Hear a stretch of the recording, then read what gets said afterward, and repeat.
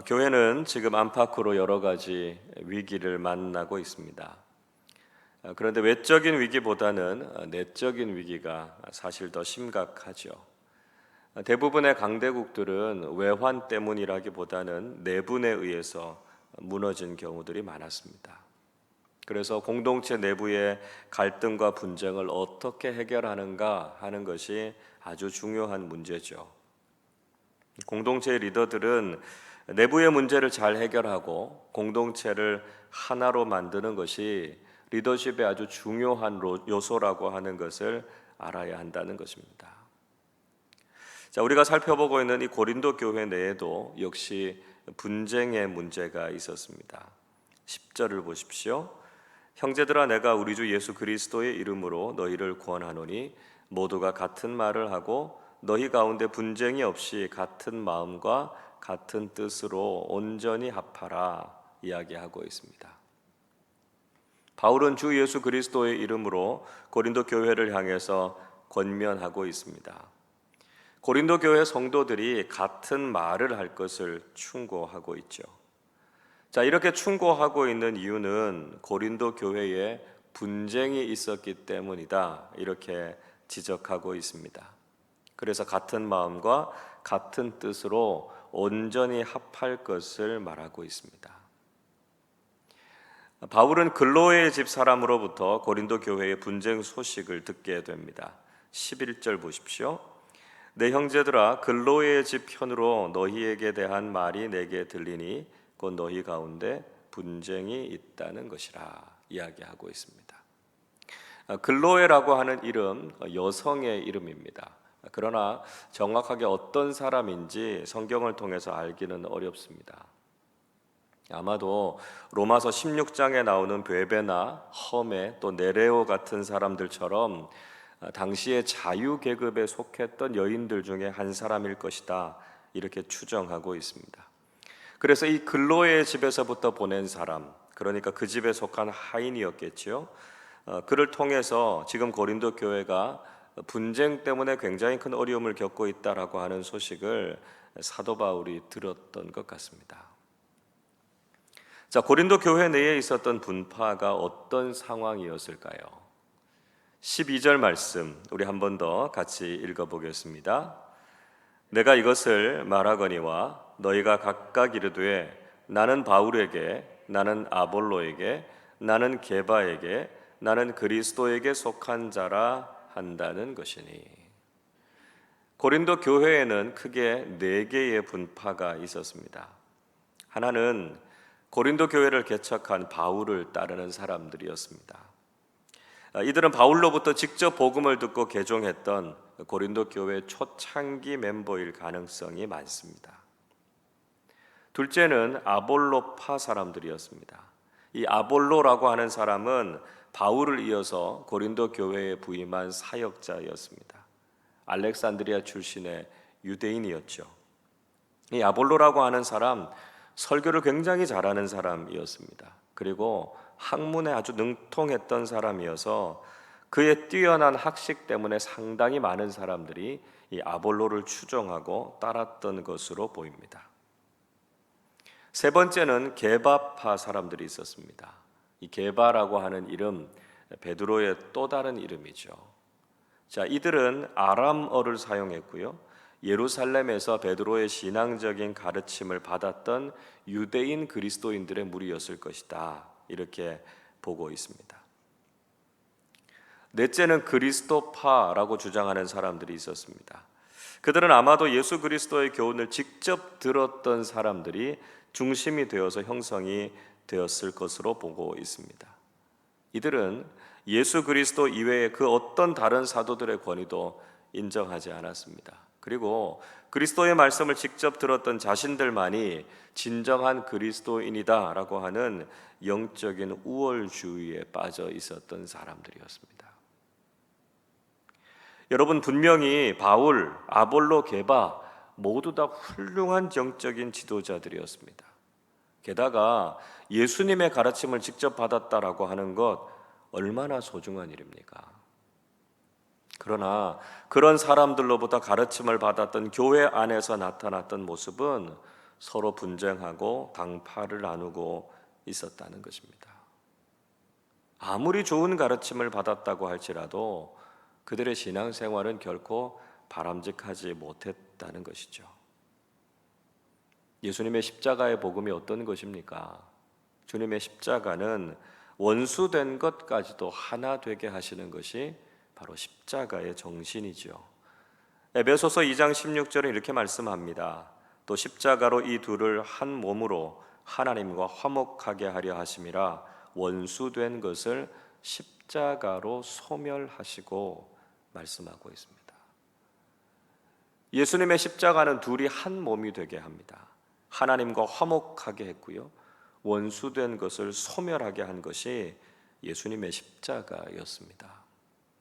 정말로 고린도 교회 교인들이 십자가의 복음을 제대로 알았다면 그들은 이런 분파와 분쟁을 일으키지 않았을 것입니다. 오히려 복음 안에 하나 되기를 힘썼을 것이고요, 서로를 격려하고 축복하는 공동체를 세웠을 것입니다. 우리도 신앙생활하면서 이런 분파와 다툼에 대해서 경계해야 한다는 것이죠. 교회 안에서도 신앙적인 성향이나 지도자들에 따라서 때로는 서로 나뉘어지는 경향들이 있을 수 있습니다. 교회는 그 어떤 공동체보다도 더 다양한 사람들이 모여있는 공동체입니다.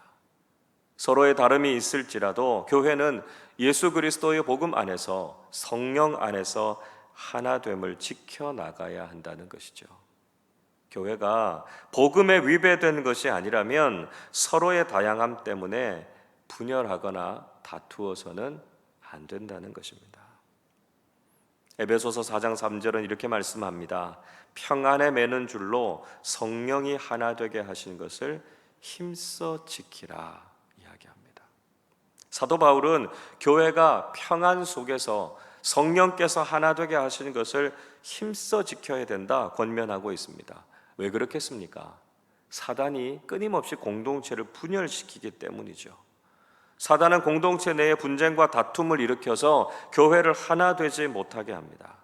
교회가 분열되고 다투게 되면 결국 우리가 사탄을 향해서 공격할 수 있는 영적인 능력을 거기에 다 소진해버리고 말기 때문에 그렇습니다.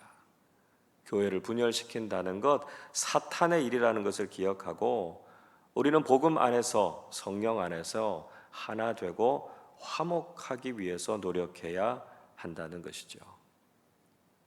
오늘 바울은 고린도 교회의 분쟁을 보면서 정말 안타까워하면서 탄식하고 있습니다. 13절을 보십시오. 그리스도께서 어찌 나뉘었느냐? 바울이 너희를 위하여 십자가에 못 박혔으며 바울의 이름으로 너희가 세례를 받았느냐? 바울은 예수 그리스도께서 어떻게 나뉘어지셨느냐 탄식하고 있습니다. 오죽하면 바울은 자신이 십자가에 못 박혔느냐고, 자신의 이름으로 세례를 받았느냐고 묻고 있습니다. 오직 십자가에 못 박히신 분도 예수 그리스도 한 분뿐이시고요, 우리는 모두 예수님의 이름으로 세례를 받았다는 것을 강조하고 있습니다. 바울은 어떤 형태로든지 교회가 분열하는 것을 경계하고 있고요, 그리스도 안에서 하나 될 것을 강조하고 있습니다. 바울은 자신이 세례를 준 사람이 극히 적다는 것에 대해서 감사했습니다.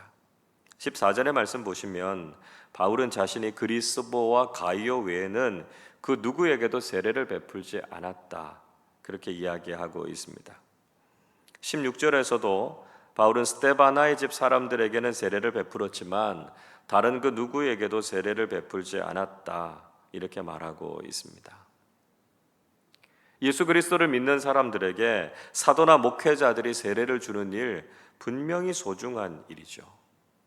그러나 당시의 고린도 교회의 몇몇 지도자들은 자기의 세력을 확장하기 위해서 앞다투어서 세례를 베풀었던 것으로 보입니다.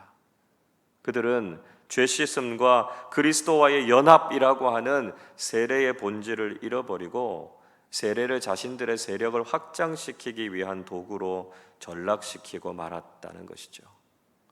적어도 바울은 자신이 이런 일에 동조하지 않은 것에 대해서 감사하고 있습니다. 15절 보십시오.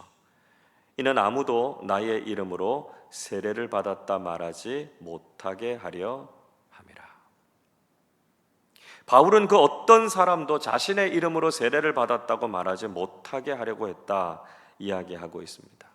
자, 이 말 속에서 우리가 보게 되는 것, 사도 바울이 가지고 있었던 영향력이 얼마나 대단했는가 하는 것을 알 수 있습니다. 세례는 예수 그리스도의 이름으로 받게 되지요. 그렇지만 우리가 누구로부터 세례를 받았는가 하는 것도 중요한 일입니다. 간혹 자신에게 세례를 준 사람들을 너무나 존경하고 따르는 나머지 그 사람을 예수님처럼 생각하게 되는 경우들도 간혹 있습니다. 그래서 자칫하면 자신에게 세례를 준 사람을 따르다가 교회 안에서도 지도자들로 인해서 이런 다툼과 분쟁이 생길 수 있다는 거죠. 바울은 자신이 이런 일을 하지 않았다는 것에 대해서 감사하고 있습니다. 그리고 바울은 영적 지도자들의 사명이 무엇인가 다시 한번 상기시켜 주고 있습니다. 17절 말씀 우리 한 번 더 같이 읽어보겠습니다. 그리스도께서 나를 보내심은 세례를 베풀게 하려 하심이 아니요 오직 복음을 전하게 하려 하심이로되 말의 지혜로 하지 아니함은 그리스도의 십자가가 헛되지 않게 하려 함이라.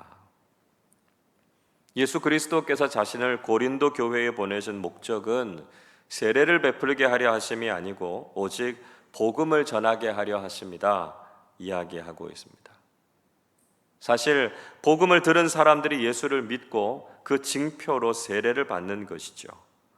그럼에도 불구하고 지금 바울이 세례와 복음 전도를 나누고 있는 이유는 그만큼 고린도 교회 안에서 세례의 의미가 왜곡되어져 있었기 때문입니다. 정말 예수 그리스도를 믿는 거룩한 예식으로서의 세례가 아니라 자신의 세력을 확장시키기 위한 도구가 되어버렸기 때문입니다.